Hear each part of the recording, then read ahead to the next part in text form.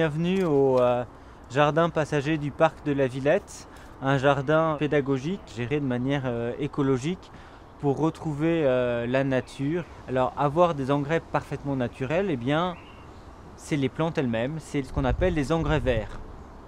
Comment ça fonctionne? Alors ça fonctionne de manière différente en fonction des plantes qu'on va utiliser.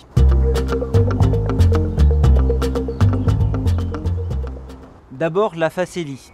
Alors la facélie, la manière dont cette plante va restituer l'azote qui va être utilisable par les futures plantes qui seront mises en place sur le potager ou dans le jardin, eh bien ça va être par la décomposition même de la plante qui va être incorporée au sol. Donc on va laisser la plante pousser et puis avant la floraison, on va la couper en petits morceaux, l'incorporer au sol et cette plante, quand elle va se décomposer, elle va donc restituer l'azote qu'elle aura emmagasiné. Alors la facélie, c'est une plante qui peut être utilisée donc comme engrais vert, comme fertilisant, mais aussi comme plante mellifère, c'est-à-dire qu'elle va attirer les abeilles. Et alors pourquoi avoir des abeilles dans son jardin? C'est fondamental.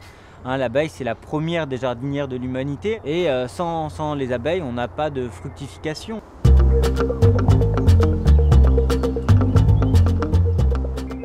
La seconde plante qui est utilisée comme engrais vert, la féverole, qui est une véritable usine à gaz en elle-même, c'est qu'elle va absorber donc l'azote ambiant, mais elle va le restituer par un échange qui va se situer au niveau de son système racinaire. Donc on ne va pas avoir besoin de la couper et de l'incorporer au sol, l'échange va se faire de manière directe.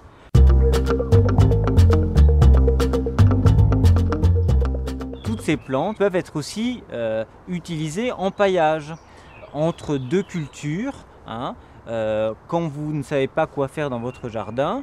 Comme ce sont des graines qui vont monter très rapidement en germination, pour éviter d'avoir des mauvaises herbes, eh bien vous allez mettre en place ces plantes, donc ces engrais verts, avant de faire votre potager.